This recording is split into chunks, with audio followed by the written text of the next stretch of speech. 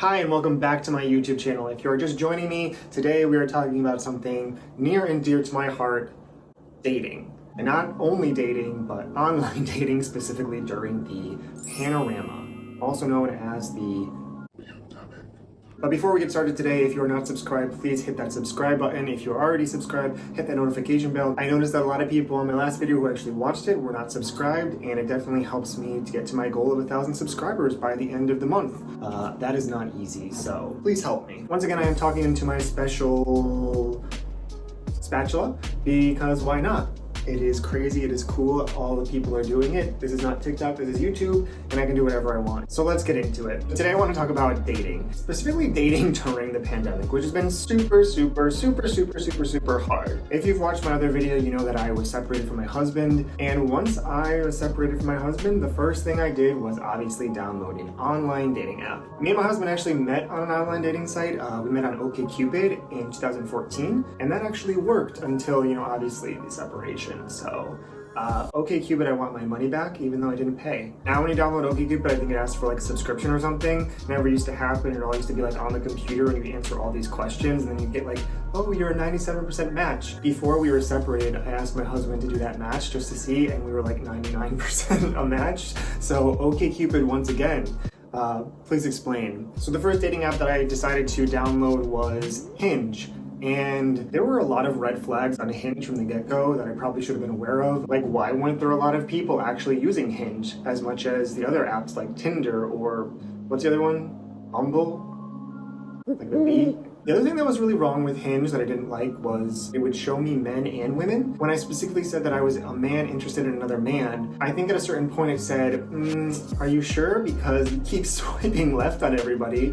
So we're just gonna see if you're actually interested in men anymore and put women in the bunch. So pretty sure I'm gay. Not really sure, Hinge, what you were trying to do. So after being on Hinge for like a really long time, I decided, let me download Tinder because everyone's on Tinder and why not? I've heard so many great things about Tinder. Not really. And I still have Tinder, so if you see me on there, hi. Please swipe right because I need the attention. But Tinder seems to be full of problems. But when I say that Tinder has problems, I mean that it has become a full-blown addiction for myself to seek attention, swipe right on people that I find attractive, hoping that they match with me, and then never talking to them or trying to talk to them. And as we know, Tinder is the best place for conversations like these. Match with someone and say, hey, with a heart. Nothing in response. Hey, how's it going? Hey, what's up? Hey, not much. Or this one, this lovely conversation.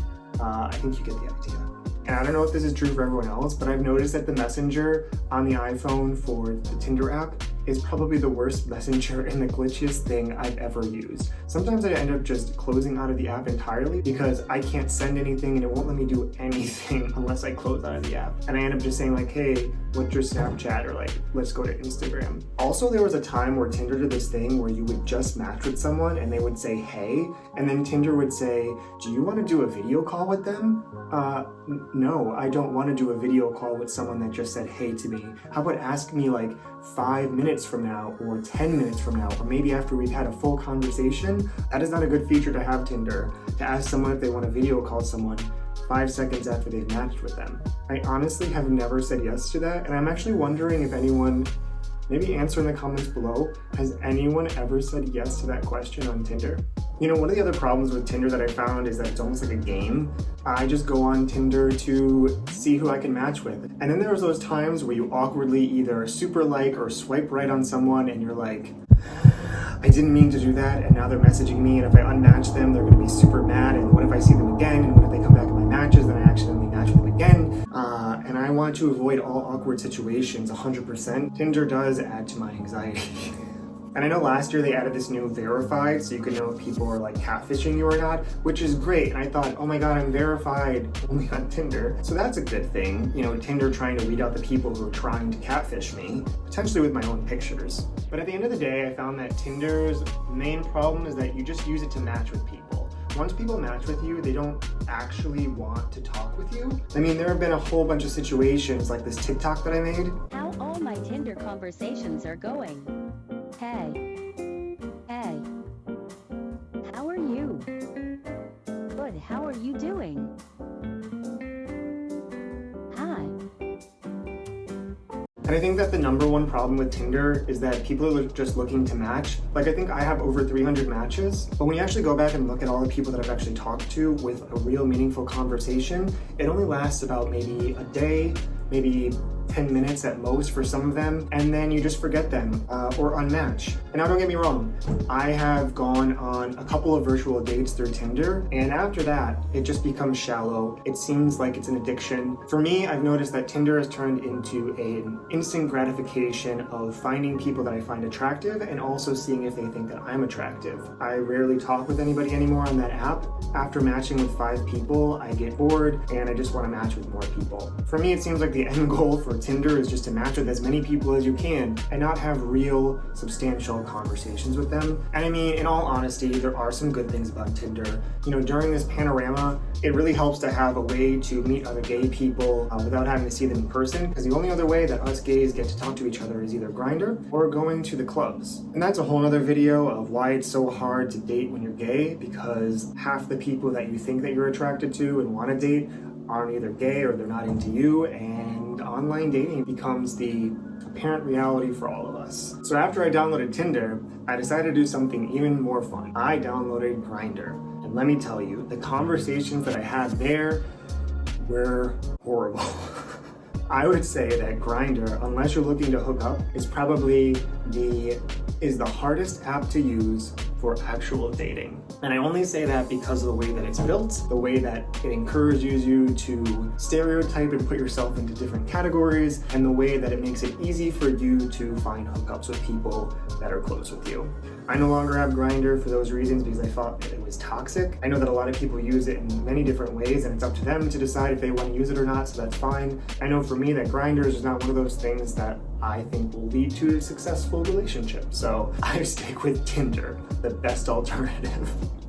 One of the hardest things for me for dating right now too is that I want to meet up with people and I want to do all these things, but there are a lot of boundaries that I have to set with the pandemic and making sure people are either vaccinated or if they've been tested. And at the end of the day, even if I match with someone and we connect and try to set something up, it usually never leads anywhere because I'm like, well, you just went to this party with a whole bunch of people and now you want to meet up with me?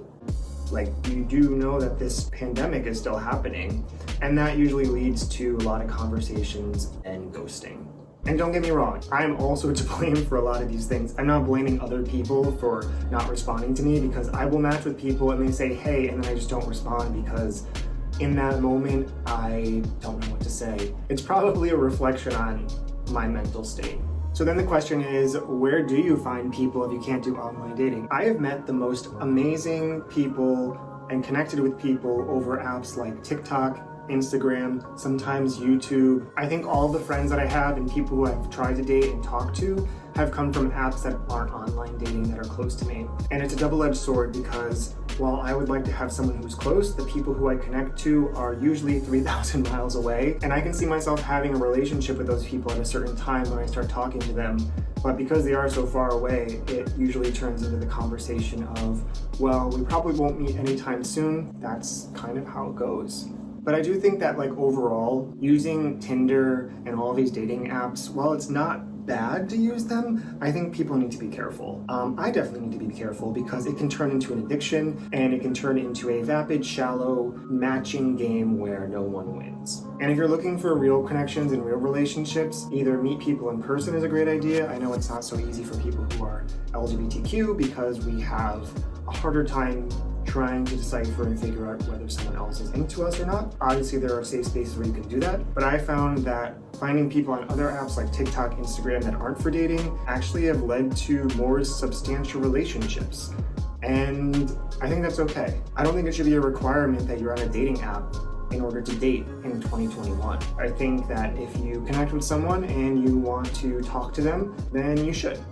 And it should be as easy as that. If you've learned anything or taken away anything from this video, it's that you don't need specific online dating apps or whatever to date in 2021. And I hope that helps, or I hope that makes people feel like they're not alone. Thank you guys for watching this video once again. I really appreciate all the love and support that you have shown me. If you are not subscribed, again, please subscribe, click that notification bell, like, comment, do all of those things. I'd really greatly appreciate it. And I will see you guys in the next video. Okay, thanks, love you, bye.